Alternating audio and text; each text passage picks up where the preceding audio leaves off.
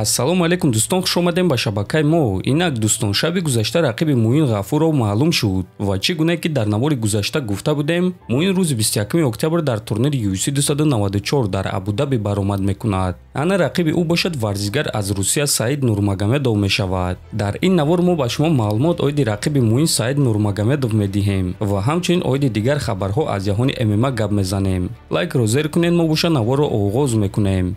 доруҳое ки айни замон шумо дида истодаин доруҳои гиёҳии босифат аз ширкати шифофармо мебошад, ки шумо имконият доред ки ҳамаи ин доруҳоро бо нархи арзон дастрас кунед.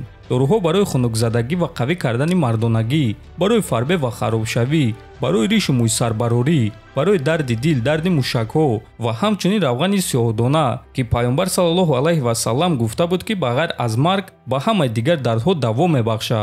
худи ҳозир ба номерҳои дар рӯи экран буда занг зада доруҳои даркории худро харидорӣ кунед ва ҳатман аз номи канали Паҳлавон гап занед. ҳамин гуна шумо ҳам доруҳои даркории худро ба даст меоред ва ҳам канали моро сахт дастгирӣ мекунед.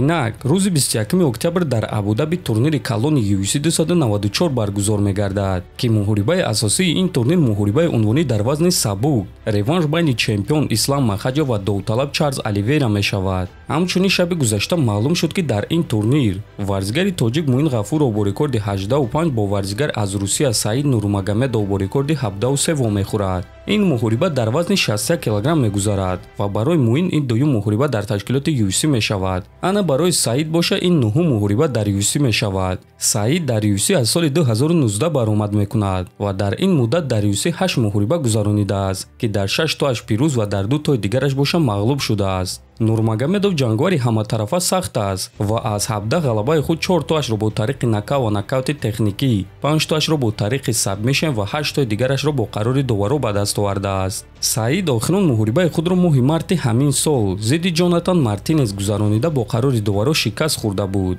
дар ташкилоти UFC Саид Нурмагомедов ягон ҷангвари сахт ё ин ки ягон ҷангвари рейтингиро шикаст додагӣ нест ва ӯ аллакай 31 сола аст, ки барои ин вазн синну соли ӯ хеле калон аст. ва чӣ гуна ки мо шумо медонем, UFC ба ҷангварони ҷавон имкониятҳои хуб медиҳанд. аз ҳамин сабаб онҳо ба Муин чунин имконият доданд. барои ҳамин ғалаба дар ин муҳориба Муин Гафуровро дар вазни худ ба чандин зина боло мебарорад ва мо боварӣ дорем ки агар Муин ба формаи хуб ба ин муҳориба барояд, пас ӯ дар ин муҳориба ғалаба ба даст меорад. чӣ гуна Муин ин корро мекунад? дар навори тарафҳои сахт ва сустии ҷангваро мегӯем. ҳозир боша мегузарем ба дигар хабар.